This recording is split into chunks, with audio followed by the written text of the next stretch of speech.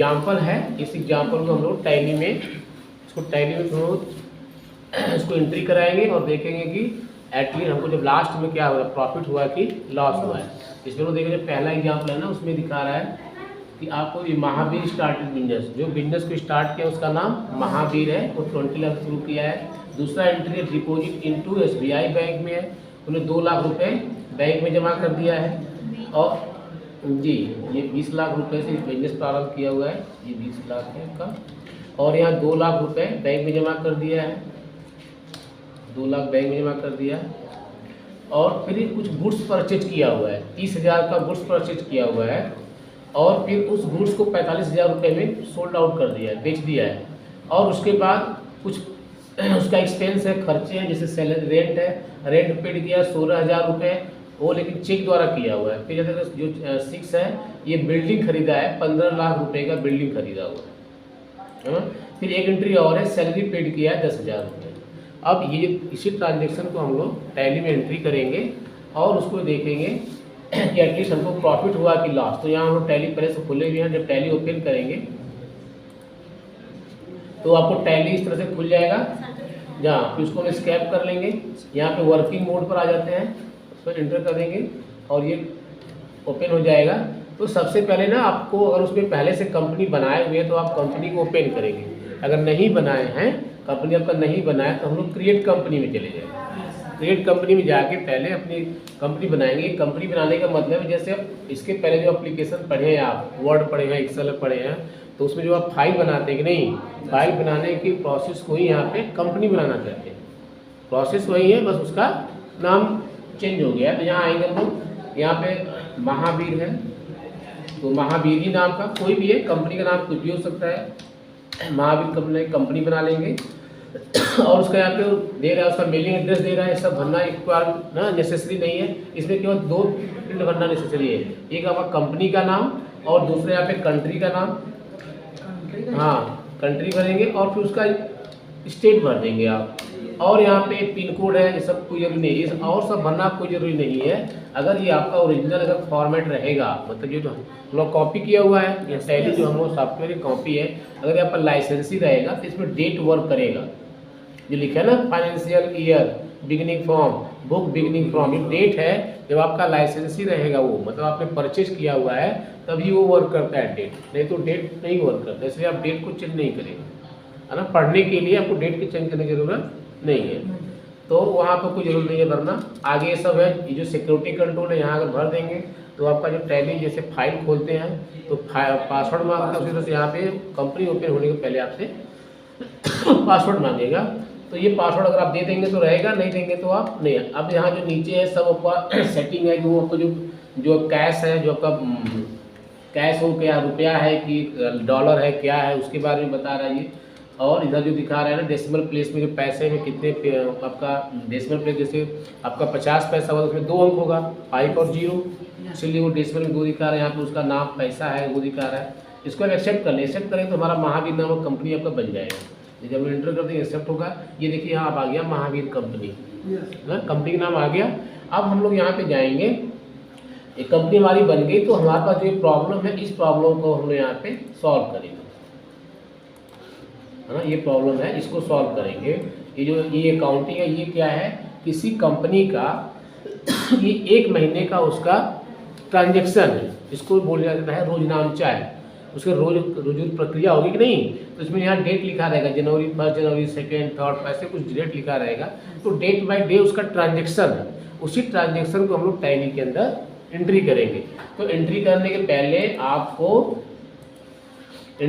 पहले जितने हमारे पास यहाँ पे आप खाते देख रहे हैं, इन सभी खातों का इन सभी ट्रांजेक्शन का अकाउंट ओपन करें और उसका लीगल ग्रुप डिसाइड करें।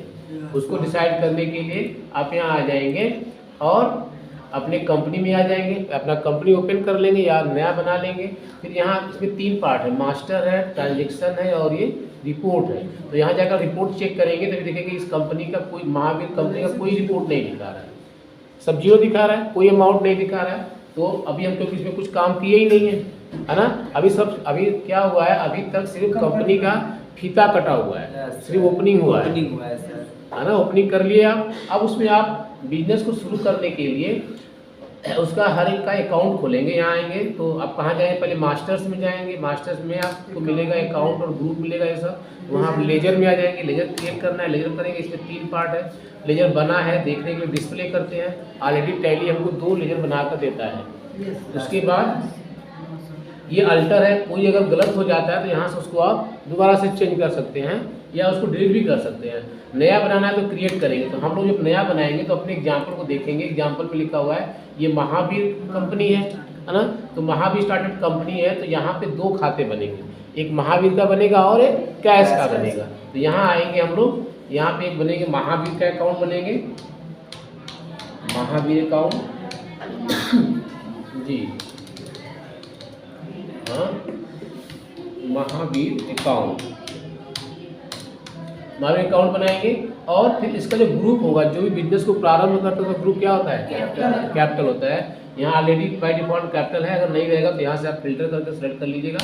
और ये इन्वेंट्री संबंधित है, इन्वेंट्री इसमें भी है नहीं। इन्वेंट्री का मतलब है गोडाउन से, स्टॉक से। स्टॉक तो कुछ है नहीं, इसलिए हम लोग स्टॉक की बात नहीं करेंगे, बस केवल अकाउंट का नाम और उसका लेजर ग्रुप, बस 2 ही से हमको मतलब है, वही हम बनाएंगे और सब छोड़ देंगे। ये सब भरना जरूरी नहीं है। इसको अगर आपको इमीडिएट बाहर आना है तो शॉर्टकट किसका है, कंट्रोल ए बटन को प्रेस कर देंगे, यहाँ से बाहर हो जाएंगे। तो ये सेव भी करेगा और आपका नेक्स्ट स्टेप आ जाएगा। अब दूसरा है, उसमें आप देखेंगे, अब चूंकि दूसरा इसमें दिखा रहा है आपका दूसरा जो अकाउंट है वो आपका कैश है। कैश ऑलरेडी बना हुआ है, इसलिए हम लोग कैश को नहीं बनाएंगे। यहाँ आप देखेंगे तो यहाँ पे महावीर, एक महावीर और कैश 2 का अकाउंट है, दोनों के बीच में ट्रांजेक्शन हो रहा है। लेकिन हम लोग महावीर का बनाएंगे, कैश का नहीं बनाएंगे, क्योंकि कैश ने टैली ने कैश बनाकर दे रखा है। ठीक है, डिस्प्ले में देख रहे हैं तो ऑलरेडी कैश बना के दे रखा है, इसलिए हम लोग कैश का नहीं बनाएंगे। अब दूसरे में आते हैं, दूसरा एग्जांपल देखते हैं। दूसरा एग्जांपल में आप देख रहे हैं ये डिपॉजिट इनटू एसबीआई बैंक, तो उसमें एक खाता कैश का बनेगा और एक खाता एसबीआई बैंक का बनेगा।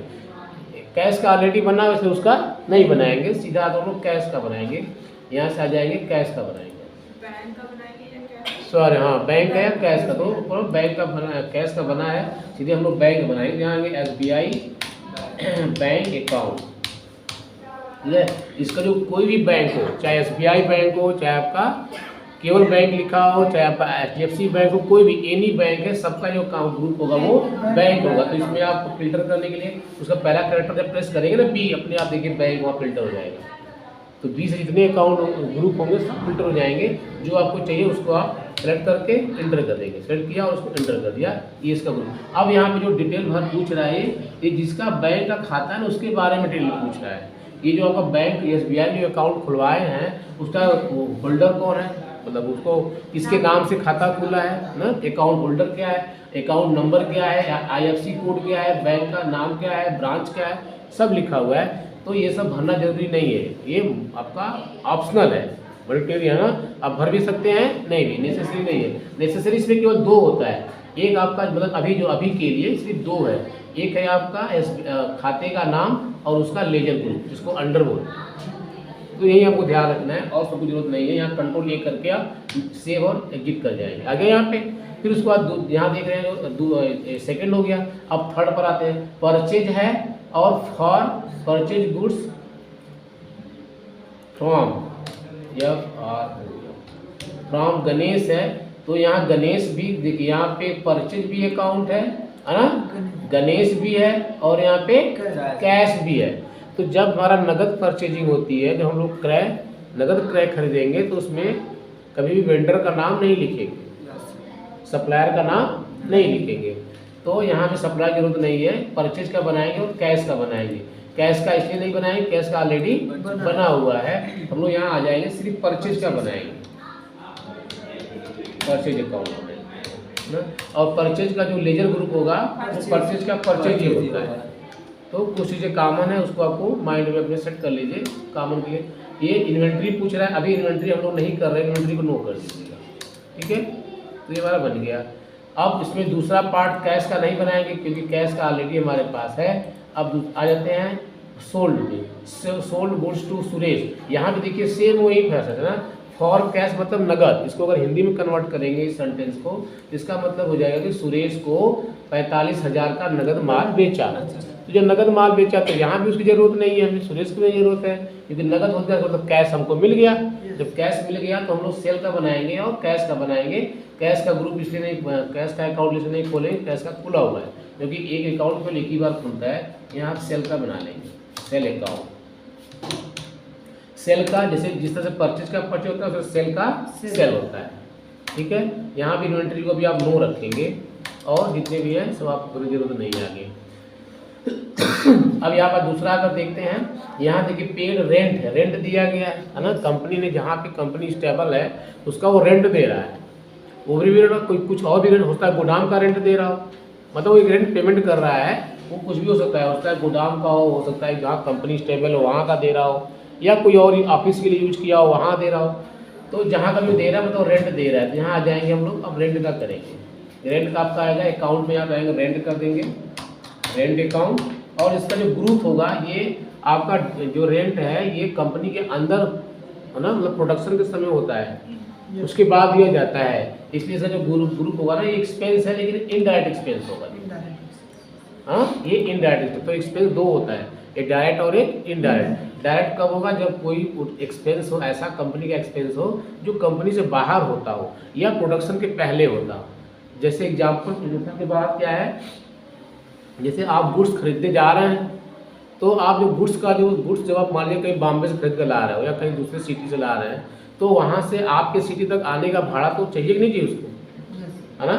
वो जो भाड़ा देंगे वो डायरेक्ट एक्सपेंस में आ जाएगा, क्योंकि ये कंपनी से बाहर हो रहा है और प्रोडक्शन के पहले भी हो रहा है, इसलिए इसको आप इनडायरेक्ट करेंगे। लेकिन हाँ, उसको डायरेक्ट करेंगे, यहाँ पे इनडायरेक्ट करेंगे। रेंट हमारा इनडायरेक्ट होगा, यहाँ इंटर कर देंगे और उसमें कुछ भरने की जरूरत है नहीं।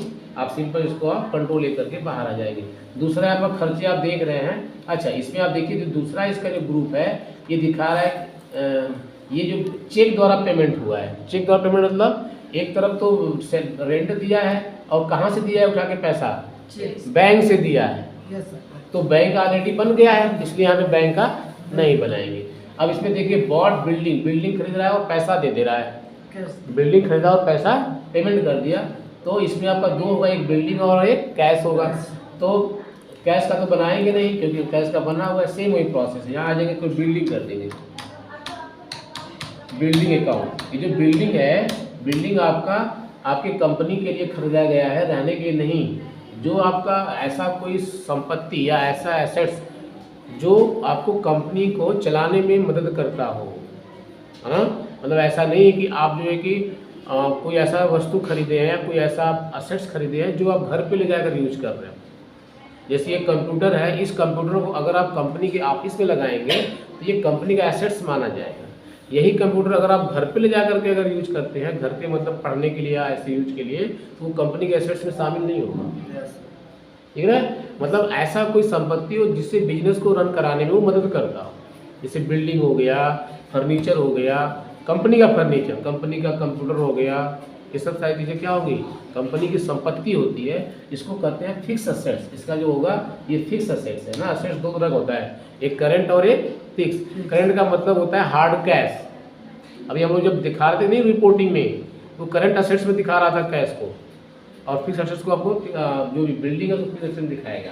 अभी हम लोग इसका रिपोर्ट देखेंगे, आपको देखेंगे आप, ठीक है। तो यहाँ हम लोग बिल्डिंग के बारे में पूछ रहा है, कौन इसका नाम पता कहाँ खरीदे वो सब है, वरना जरूरी नहीं है।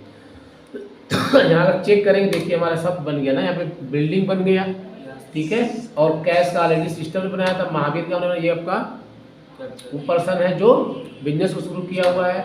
ये कंपनी ने बना, टैली ने बना रखा है, परचेज का बनाया, रेंट का बनाया, सेल का बनाया और बैंक का बनाया।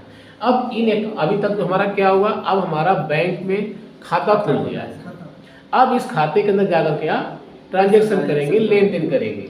तो इसका अगर आप फिर चेक करिए, देखिए बैलेंस शीट यहाँ देखेंगे तो कोई अमाउंट नहीं दिखाएगा, नहीं दिखा रहा है। अब हमारा तीसरा स्टेप होता है, वो होता है काउंटिंग वाउचर ट्रांजेक्शन। हाँ, पहले स्टेप में कंपनी बनाएंगे या कंपनी ओपन कर लेंगे, दूसरे स्टेप में उसका अकाउंट ओपन करेंगे। जितना आपके पास ये नरेशन है, इन सारे नरेशंस का में जगह चेक करेंगे किसके अकाउंट के बीच में ट्रांजेक्शन हुआ है, उस अकाउंट का लेजर क्रिएट कर लेंगे। एक लेजर सिर्फ एक ही बार बनाइएगा, दोबारा नहीं बनाइएगा, इसका ध्यान रखिएगा। और फिर अब हम लोग यहाँ आ जाते हैं, इसका ट्रांजेक्शन करेंगे। ट्रांजेक्शन करने के लिए आप ट्रांजेक्शन मोड में आ जाएंगे। यहाँ अकाउंट वाउचर, जब अकाउंट वाउचर में आएंगे तो ये आपको नया मेनू देगा, कंट्रा देगा, रिसिप्ट देगा, जनरल देगा, सेल देगा, परचेज, ये सब दे रहा है। तो जैसा यहाँ पे नरेशन का मोड है उसी मोड के अनुसार आप यहाँ पे आ करके उसी के अंदर, उसी मोड के अंदर हम लोग एंट्री करेंगे। तो यहाँ पहला अगर पढ़ेंगे तो इसमें लिखा हुआ है कि बिजनेस को पैसा मिल रहा है कि नहीं। इसका नेचर क्या है, रिसीविंग का नेचर है, भले ही वो कैपिटल दे रहा हो, है कि नहीं। बैंक में कंपनी में पैसा आ रहा है, जब कंपनी में पैसा आ रहा है तो इसको हम लोग रिसिप्ट मोड में बनाएंगे। रिसिप्ट मोड यहाँ पर जब 6 शॉर्टकट की होता है, F6 कर देंगे, ये देखिए रिसिप्ट मोड में खुल गया। यहाँ आएंगे, यहाँ पे आप कैश ले लेंगे, ठीक है, कैश ले लिया। और कैश कौन दे रहा है, कंपनी में जो ओनर है उनका नाम है महावीर। हम करें, देखिए अपने आप ही आ जाएगा। और इसको एंटर करेंगे, कितना दे रहा है, ये दे रहे हैं 20 लाख, 20 लाख अमाउंट दे रहे हैं। यहाँ आएंगे, नरेशन लिख देंगे, नरेशन में आप बीइंग स्टार्टेड बिजनेस करके आप नरेशन लाइन लिख देंगे और इस ट्रांजेक्शन को आप एक्सेप्ट करा लेंगे। यहाँ एंटर करेंगे, ये ट्रांजेक्शन आपका एक्सेप्ट हो जाएगा। अब यहाँ से हम लोग बाहर आते हैं, चेक करते हैं कि जो हम लोग एंट्री किए हैं क्या वो हम लोग पैसा कहाँ डाले हैं, कैश के अकाउंट में डाले हैं, बैंक में डाले हैं, कैश में डाले हैं, कैश में डाले हैं। तो यहाँ का चेक करिए, देखिए कैश के अकाउंट में गया है कि नहीं, है ना। यहाँ चेक करने के लिए हम लोग आ जाएंगे रिपोर्ट में बैलेंस शीट में आ जाएंगे। देखिए दिया है कैपिटल ने, कहाँ जमा हुआ है, करंट एसेट। करंट एसेट का मतलब कैश इन हैंड या कैश। अगर ये 20 लाख रुपए कैश इन हैंड हो गया, मतलब आपके हाथ में 20 लाख रुपए आ गया। आपके हाथ में मतलब जो कंपनी को ऑपरेट कर रहा है, वो अकाउंटेंट हो सकता है या मैनेजर हो सकता है, जो भी वहाँ का है लीगल पर्सन है, उसके हाथ में 20 लाख रुपए आ गए। अब उस 20 लाख रुपए से क्या करने जा रहा है, उस 20 लाख रुपए से वो बैंक में जमा करने जा रहा है 2 लाख, है ना। 20 लाख को निकाल कर 2 लाख कहाँ जमा कर रहा है, बैंक में। कि हमें कभी भी अगर बैंक से लेन देन करना होगा तो हम यहीं से कर देंगे। जो आप यहाँ देख रहे हैं, एक बार वो चेक द्वारा पेमेंट किया है 16,000 रुपये, तो 16 वहाँ रहेगा तभी तो पेमेंट करेंगे, जमा करना जी। तो बैंक में क्या कर दिया, जमा करने जा रहा है। इसकी एंट्री कैसे करेंगे, इसकी एंट्री करने के लिए हम उससे वही ट्रांजेक्शन में आएंगे और बैंक का एंट्री आपका चाहे आप बैंक से निकालना हो चाहे बैंक में जमा करना हो, इन सारी एंट्री आप कंट्रा में, इसका शॉर्टकट की होता है F4 में करेंगे। यहाँ पे आप बैंक ले लेंगे, बैंक में कितना कौन किसके द्वारा जमा हो रहा है, कैश से निकल के जमा हो रहा है, कैश से पैसा निकल रहा है और बैंक अकाउंट में चला जा रहा है। और कैश अकाउंट में आपका 20 लाख था, देखिए दिखा भी रहा है 20 लाख रुपए। इसमें से हम लोग 2 लाख रुपए निकाल करके कहाँ रख दे रहे हैं, बैंक में रख दे रहे हैं। तो यहाँ आप आए, इसको एंट्री किए, अब इसको एक्सेप्ट करेंगे। ये बैंक के बारे में डिटेल पूछेगा, कैश है, उसका चेक नंबर है, जो आप बैंक में जमा करेंगे, रिसिप्ट फॉर्म भरेंगे तो उसमें कितने का नोट कितना जमा करेंगे, 100 का कितने का नोट होगा, 2000 का नोट होगा, 500 का। तो इसके आगे 2000 का नोट है, जितना 2000 नोट है वहाँ लिख दीजिए और मल्टीप्लाई करके यहाँ पे अमाउंट लिख दीजिए। ये सब भरना, जब आप बैंक का भरते हैं रिसिप्ट फॉर्म, डिपॉजिट फॉर्म, तो उस पर डिटेल रहता है, ये वहाँ आप वहाँ है। तो एक प्रकार से देखिए बैंक का है, बैंक का डिपॉजिट फॉर्म ये है, वही भरा रहता है, भरने की जरूरत नहीं है यहाँ पे। यहाँ से आप बाहर निकल सकते हैं इसमें से। तो आप ये बैंक का फिर हो गया। अब यहाँ पे आप लिखना जरूरी नहीं है, आप लिख सकते हैं, आगे बढ़ जाएंगे बिना लिखे तब भी आपका ये काउंट हो जाएगा। अब यहाँ अगर चेक करेंगे कि हमारे पास कैश इन हैंड था वो 20 लाख था, उसको हमने जमा कर दिया 2000 में, तो हमारा कैश इन कितना बचना चाहिए, 18 लाख बचना चाहिए, है कि नहीं।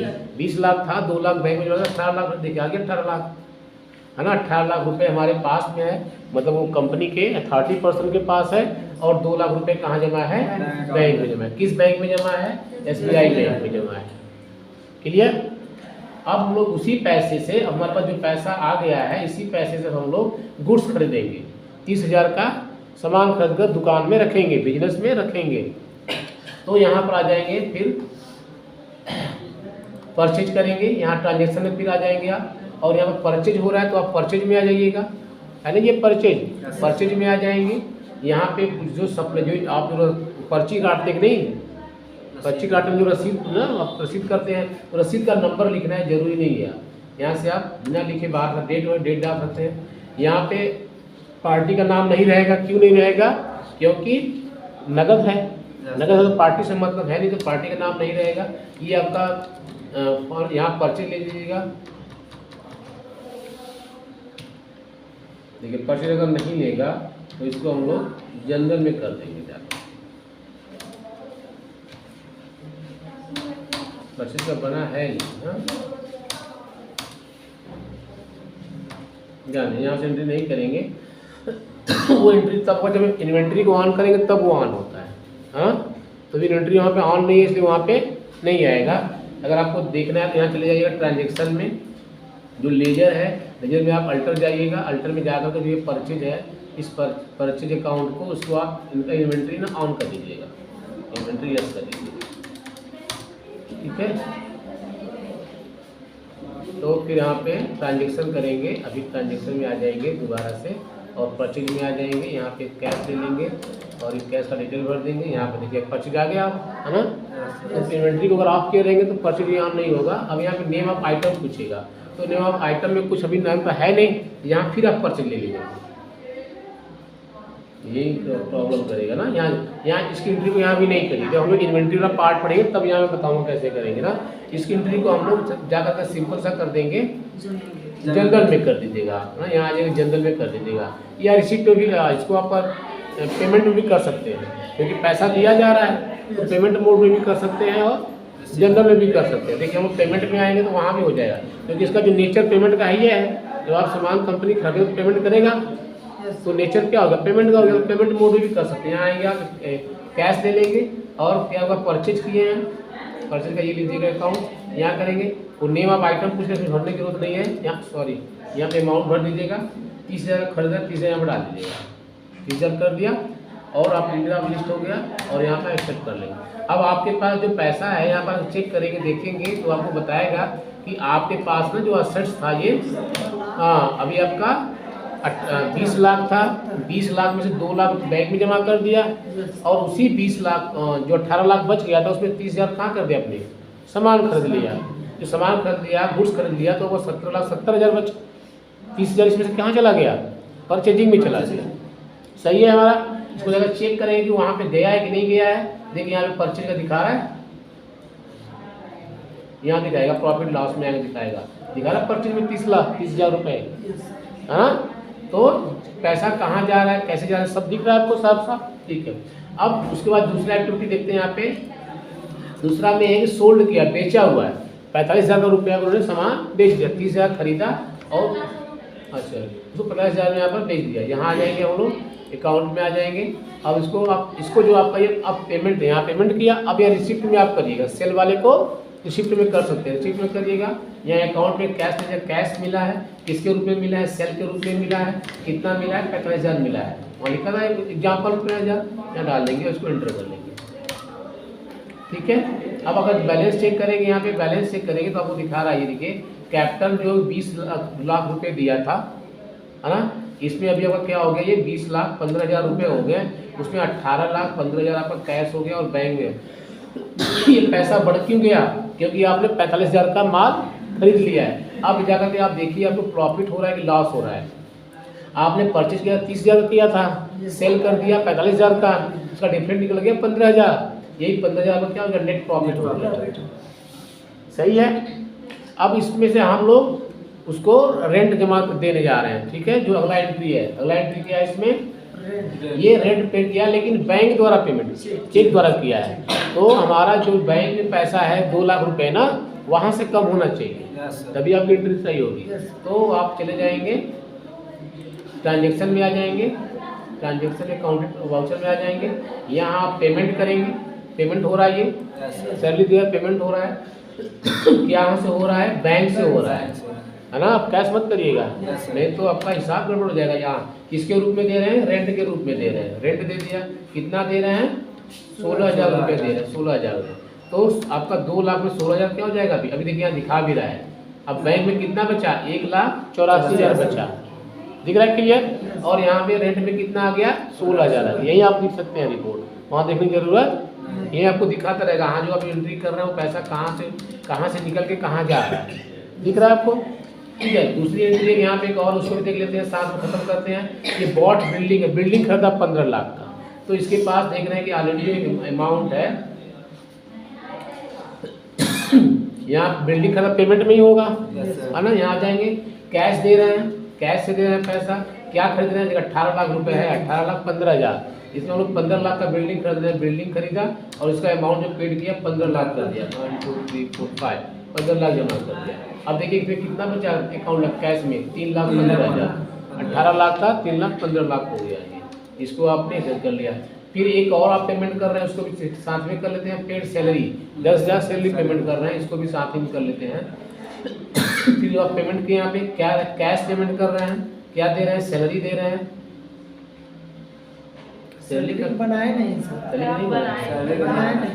अच्छा, तो यहाँ चेक कर लेंगे पहले, अगर बना है तो ठीक है, नहीं बना है तो ये लेजर में आ जाएंगे, यहाँ पर डिस्प्ले में आ जाएंगे, सैलरी का नहीं बना है ना, तो आपको इमीडिएट बनाना है, जैसे वहाँ पे है आपको पता है कि नहीं बना है, आप कंफर्म है यहाँ पे, यहाँ को कैश ले लेंगे आप, कैश होगा, यहाँ नहीं बना है यहाँ पे Alt+C करिएगा, अगर इमीडिएट बनाना होगा यहाँ पे तो Alt+C करें तो लेजर का क्रिएशन खुल जाएगा, खुल गया। अब यहाँ के आप सैलरी बना देंगे, सैलरी अकाउंट, ठीक है। सैलरी क्या होगा, ये भी अपने इनडायरेक्ट एक्सपेंस में आ जाएगा ना, इनडायरेक्ट एक्सपेंस में आ जाएगा और उसको आपको एक्सेप्ट कर लेना है। देखिए सैलरी, ये सैलरी कितना पेमेंट कर रहे हैं, 10,000 कर रहे हैं, यहाँ 10,000 दे देंगे आप, एंट्री कर देंगे, इंडिया आप लिस्ट हो गया, बस ये हो गया, खत्म हो गया। अब ये एंट्री हमारा देख रहे हैं यहाँ पे, सारी एंट्री हम लोग यहाँ पे कंप्लीट हो गई, यहाँ 1 तारीख से लेकर 1/7 तक हो गया सब। अब हम देखेंगे कि इतने ट्रांजेक्शन करने के बाद, इतना सब कुछ करने के बाद एटलीस्ट कंपनी को क्या हुआ, फायदा हुआ कि घाटा होगा, है ना, कहाँ पे कितना अमाउंट फंसा हुआ है, ये सब देखना होगा। तो आप यहाँ लास्ट होता है प्रॉफिट एंड लॉस शीट, यहाँ आ जाकर के आप चेक करेंगे इतने पूरे ट्रांजेक्शन के बाद आपको जो लॉस हुआ है वो 11,000 का लॉस हुआ है, ठीक है। और जो नेट लॉस 11,000 है और ग्रॉस लॉस आपको 15,000 का है, 15,000 का ग्रॉस लॉस है, लेकिन इसमें 11,000 दिखा रहा है। तो अब यहाँ देखें कहाँ पर कितना कितना अमाउंट है, अगर सबको देखना है डिस्प्ले में आ जाएंगे, डिस्प्ले में डे बुक कर लेंगे आप, देखिए इतनी सारी एंट्री की गई है ना, दिखा रहा है सब सारी एंट्रियाँ की गई है। और इसमें आपको आकर के ट्रायल बैलेंस देखना है, ट्रायल बैलेंस है, कैपिटल कितना दिया है, 20 लाख दिया है, फिक्स एसेट्स आपकी संपत्ति कितनी है, 15 लाख की संपत्ति है, तो 20 लाख में 15 लाख में यही चला गया। फिर आपका जो करेंट एसेट्स है वो आपका करेंट एसेट ये है 4,89,000 रुपये है। सेल आपने किया है जी, सेल आपने किया है 45,000 का और परचेज आपने किया है 30,000 का, और जो एक्सपेंस आपने खर्चे जो इतने सब काम करने में जो खर्चे किए हैं आप, वो खर्चे आप 26,000 रुपये सैलरी हो गया और सर उसमें क्या क्या है, यहाँ एंटर करें तो सब दिखाएगा, उसमें सैलरी और रेंट है, समझ में आया। तो ये हम लोग का यहाँ पे अब ट्रांजेक्शन वाला पार्ट खत्म हो गया। हम लोग कल जब आएंगे ना, तो जब हम लोग कल आएंगे तो इसके बारे में आपको बताएंगे, इन्वेंट्री बताएंगे, जब